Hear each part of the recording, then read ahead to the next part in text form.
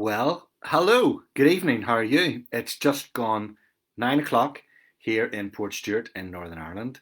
You're very welcome wherever you're joining me from, wherever in the world you are. It's lovely to have you along. It's been great over the past few months doing this every evening to connect with people all over the world who've been uh, joining me in the evenings, and we've had good fun together.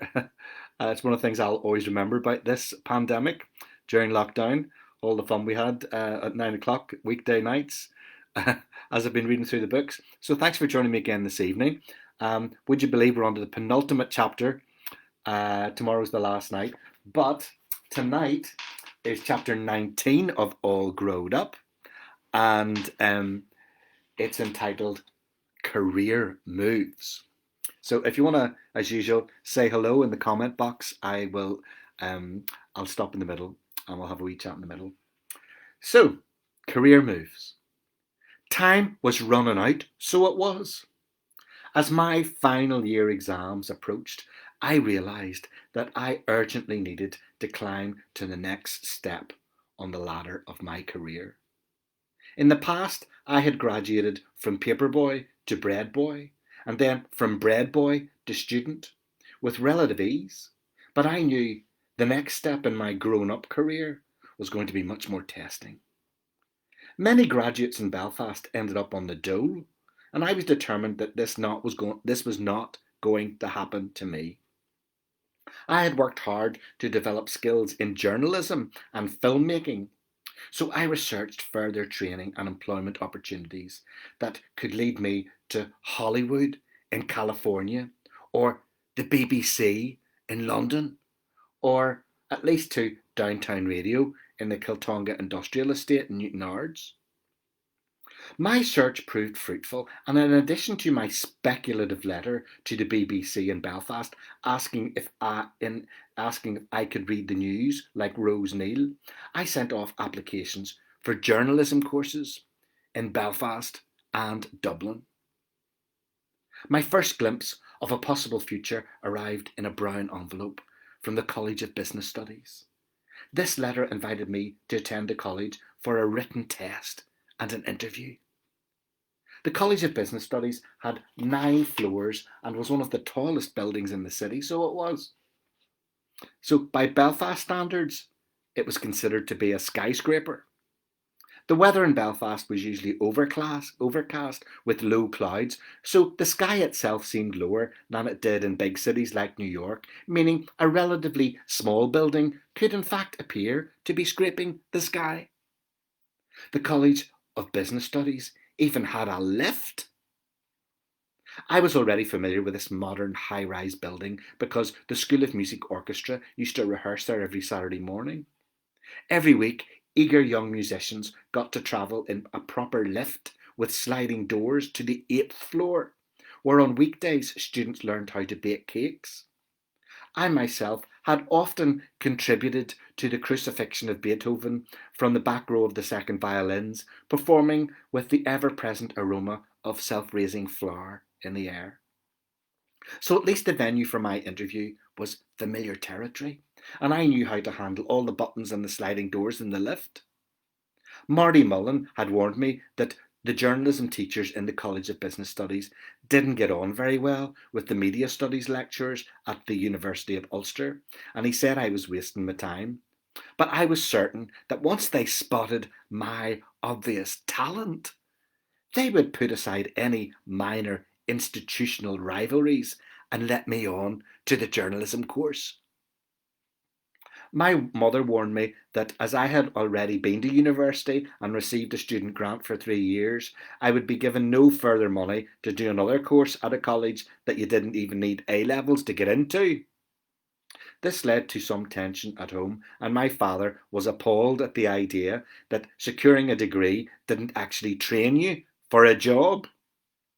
Unlike the university, the College of Business Studies taught practical skills of journalism, like how to take notes in shorthand when you were interviewing sneaky politicians, and then type up your report for the Belfast Telegraph or the Guardian or the Washington Post. I'd previously attempted to gain the typewriting skills required to be a reporter, by signing up for a summer course at Cairnmartin Secondary School.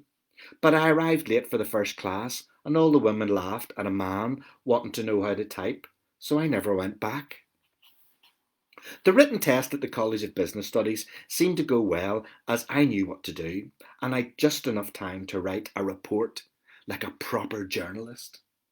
I was nervous about the interview though, so I practiced taking deep breaths and said a wee prayer as I waited outside the office.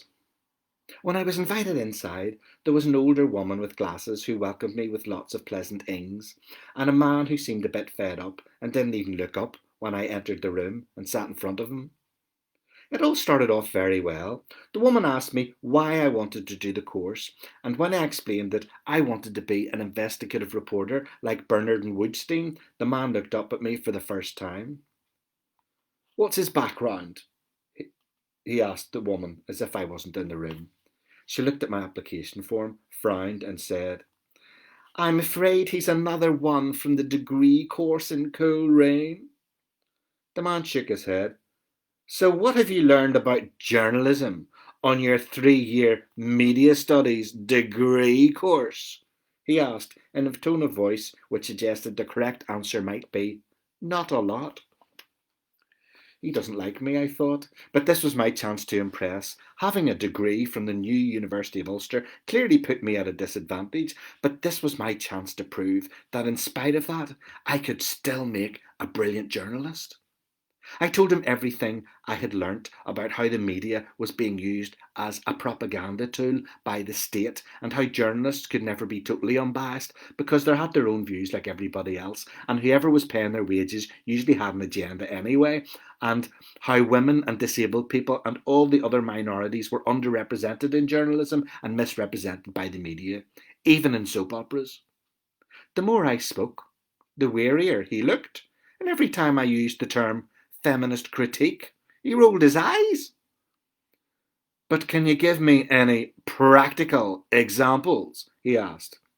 "Well, the media in Northern Ireland think they are unbiased and just reporting the facts, but they are, of course, part of the system that sustains the conflict, and they're only interested in bad news because they have negative news values, and journalists have their own sectarian biases, the same as everybody else, and the newspapers either have a unionist or a nationalist bias, and when you read them it's obvious and you would think they're reporting on two parallel universes." Silence. The woman took a sharp intake of breath. No one had nodded since I opened my mouth. The man coughed and put his pen down beside my application form.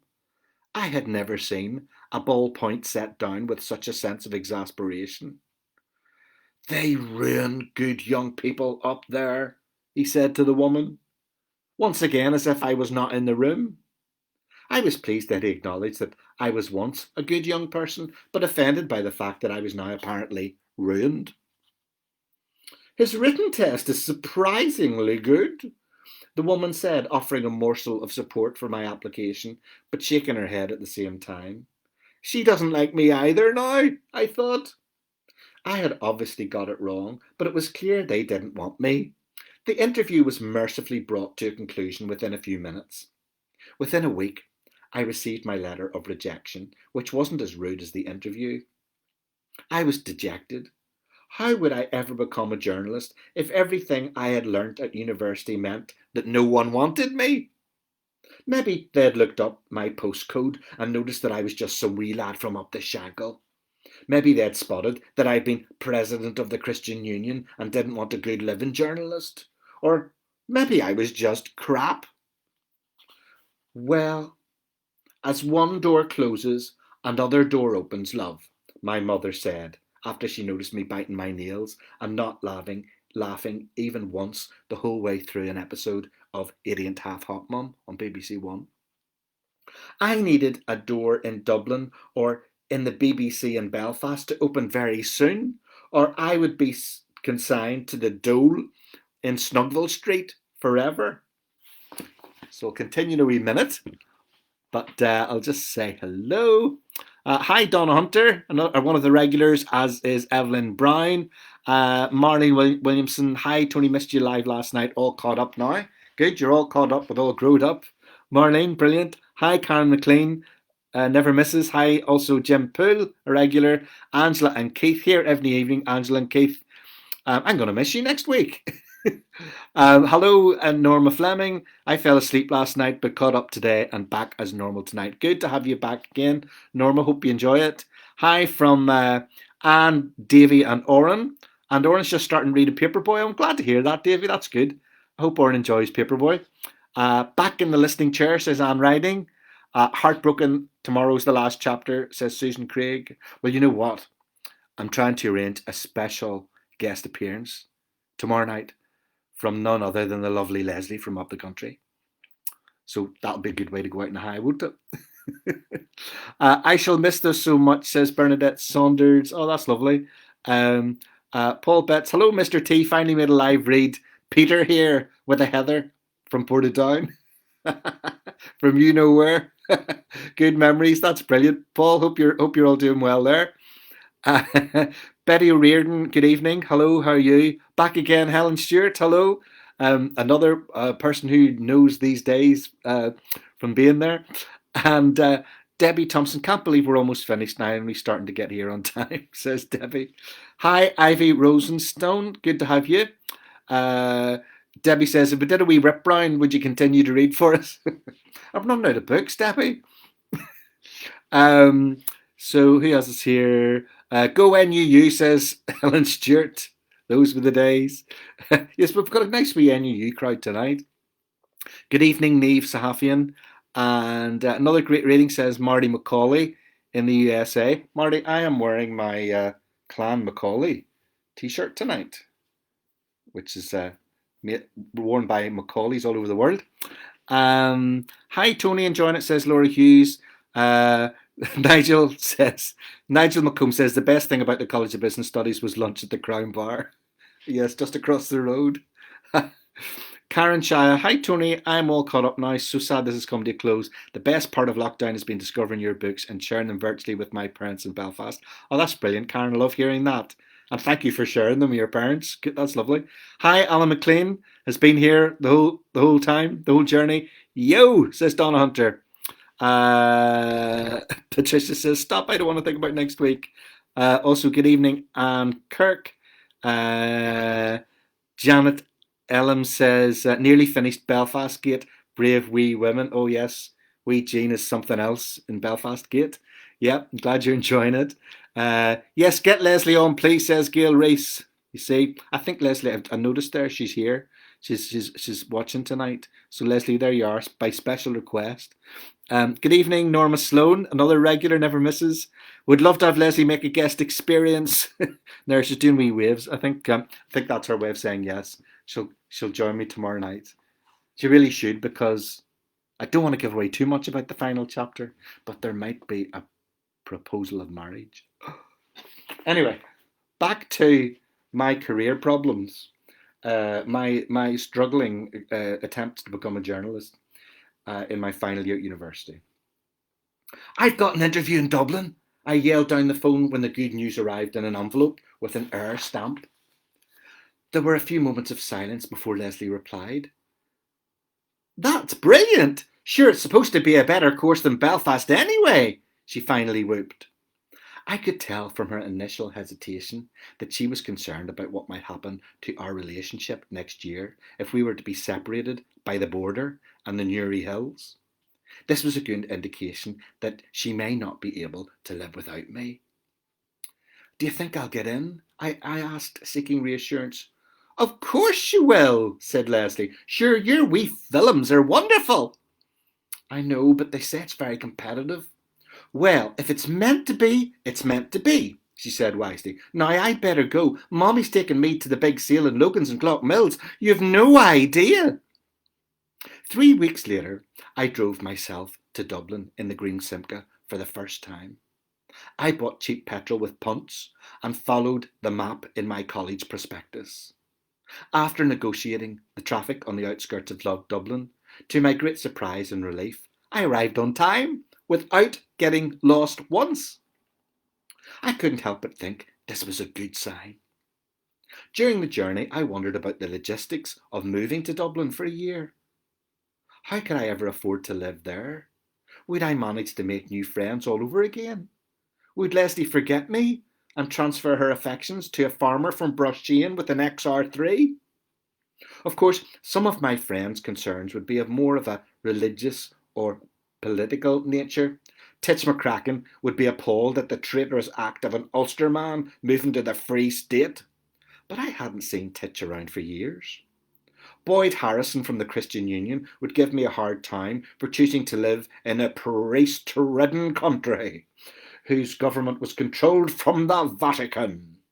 Still, I saw the chance to live in a different country of a different religion as an adventure rather than a threat. At least as a Protestant in Dublin, I would finally be a real minority, and I could discuss the rights of minorities without everyone accusing me of being the oppressor. I arrived early for my interview and sat outside the office, practicing my answers and reading a book on how to do good interviews, which I borrowed from the library following my disaster at the College of Business Studies. The book said that a good way to calm your nerves at an interview was to imagine the interview panel naked, because they would seem less intimidating with their wobbly bits hanging out. This time around, I was much better prepared and ready to stand up for myself if I had to. At last, I was invited into a room full of books, recording equipment, and smoke, where two men with stubble welcomed me in the same accent as Terry Wogan, though they were much less charming than the great broadcaster himself. It all started very well, and when they asked me what aspect of journalism I was interested in, I said I wanted to be an investigative journalist and report from conflict zones. I'm also interested in becoming a consumer champion and exposing corruption like Esther Ranson on That's Life on BBC One, I explained earnestly. I answered questions about my university course in as little detail as possible, just in case all journalism courses in Ireland hated media studies degree graduates. It was all going swimmingly until one of the interviewers began to examine my application form more closely. It was clear that something had caught his eye. I wondered if it was my experience of producing a documentary on glue sniffing in Belfast or my voluntary work across the peace line during the summer holidays. After a few seconds of intense silence, he looked up from my application form and said, "So, why exactly do people support Paisley?" I was completely taken aback, as I had no recollection of mentioning the Reverend Ian Paisley anywhere in my application form. I didn't support Paisley anyway, because he seemed to hate Catholics far too much, and some people took that as an excuse to kill them. The interviewer was staring at me, waiting for a reply. He doesn't like me, I thought. Well, I replied slowly, I suppose people who support Paisley, and I tried to remember what my granny would have said, because she had supported Paisley until her dying day. Well, it's very important to them to be British, and they take the Bible very literally and only believe in a certain kind of Christianity, and that you shouldn't play on the swings on a Sunday and all. I just don't get you people, he interrupted. Paisleyites are the biggest fucking obstacle to peace in the north today. He thinks I'm a Paisleyite, I thought. Well, actually, personally speaking, I'm not. What exactly do Paisleyites want? He interrupted again. This was not what I expected in this interview. There was nothing in my library book about how to defend yourself for being something you weren't, and I was so flustered by this turn of events that I didn't even remember to picture the interviewers naked. The other interviewer returned to the scripted questions, but it was clear that his colleague had no further interest in me. He set down his pen as firmly as the interviewer in Belfast had. As I stumbled my way through various questions about what I would do as a reporter on this story or in that circumstance, I noticed that the other interviewer was rolling his eyes. What was it that made interviewers for journalism courses want to roll their eyes at me? I rarely rolled my eyes at anybody, apart from Clive Ross and Irene Maxwell. The interview came to a quick and stilted end, and I barely got a handshake as I left the room. The rejection letter arrived a few weeks later, and this time I was angry. I was certain it wasn't my fault this time. The interviewers hadn't even given me a fair chance. I had driven the whole way down the Dublin Road, in spite of being warned never to go down the Dublin Road by Ian Paisley, and then when I got there, they didn't want me because of Paisley. When I had got my first job as a paperboy with Owl Mac, and when Leslie McGregor had asked me to be his bread boy on the Ormo mini shop, I was chosen based on my experience and skills alone. How would I ever get a job as a journalist if people kept assuming I was something I wasn't? What if no one ever gave me a chance? This was what John Hume called injustice. It seemed that the BBC in Belfast was my last chance. I was sure the BBC would treat me fairly. After all, they produced Blue Peter and Songs of Praise, so I knew their moral standards were very high. I had almost given up when one day, to my great surprise, a white envelope with a BBC logo arrived. At first I thought my wee brother had applied for a Blue Peter badge, but when I noticed the Belfast postmark, my heart leapt. Sure enough, inside there was a very pleasant letter inviting me to do a screen test. The BBC are going to try me out, I shouted down the phone to Leslie. Oh, my nerves, she shouted back. The screen test took place in Broadcasting House in Belfast city centre, round the corner from the Ulster Hall. When I entered the imposing building, I had to go to the security desk and show my letter before they would allow me inside, presumably because they didn't want anyone hijacking the news. I waited for 10 minutes until a nice lady in good clothes and makeup came over and welcomed me with lots of lovely ings. I tried to respond with as many carefully pronounced ings as possible. After all, if I were to become a newsreader, I would have to soften my Belfast accent and try to sound more like I came from Cultraw. However, in all the excitement of walking past the real Rose Neil in the foyer, I forgot myself when the nice lady asked me if I'd taken my lunch. No, I'm starving, so I am, I replied. She took me up in a lift to a proper recording studio like the one in the Band-Aid video, only there was no sign of Simon Le Bon, Boy George or Bono. It was just me, a camera and a microphone in a little room with padded walls. It was so silent I could hear my heart beating. I was nervous. This was my last chance. Everyone else had rejected me. I took deep breaths, said a wee prayer, and decided that I would do my very best. I would draw on my acting skills to enunciate my words and project my voice and look dead serious like the newsreaders between the bongs on News at 10. The nice lady appeared behind a window to an adjoining room and sat next to a man wearing a sweater and headphones. Her voice crackled through a small speaker beside me. "Okay, Tony. Are you ready, darling?" "Yes, please, thank you," I replied. "In front of you is a list of place names in Northern Ireland. I want you to read down the list as clearly as possible. Okay, darling?" This seemed very easy. I read down the list. Annalong, Ahackle, Anahilt, Bangor, Ballycastle, Boohoo. I said the place names as if I was on the Eurovision Song Contest, calling on all the different capital cities to cast their votes. When I got to the M's, there was one or two unfamiliar places, such as Maccaberry, but I tried to appear confident as I finished reading the list. When I looked up at the end, I noticed the nice lady and the man with the headphones were laughing. I couldn't hear what they were laughing at through the glass, but I thought the BBC must be a nice place to work if people were telling jokes and laughing all the time. Once the nice lady had composed herself, she pressed a button on the other side of the glass and said, "Now, Tony, darling, Next, you are going to be reading from the auto cue. It's right there in front of you, darling.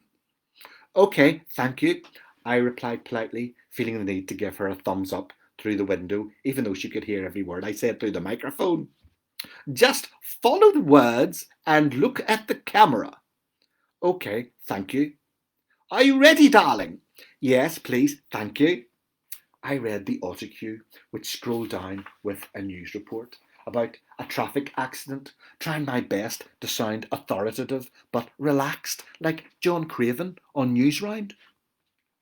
When I finished reading the report, I noticed there was some smiling and nodding on the other side of the glass, and I hoped this was an indication that they would at least want me to read the news when Rose Neal went on her holidays for the 12th fortnight.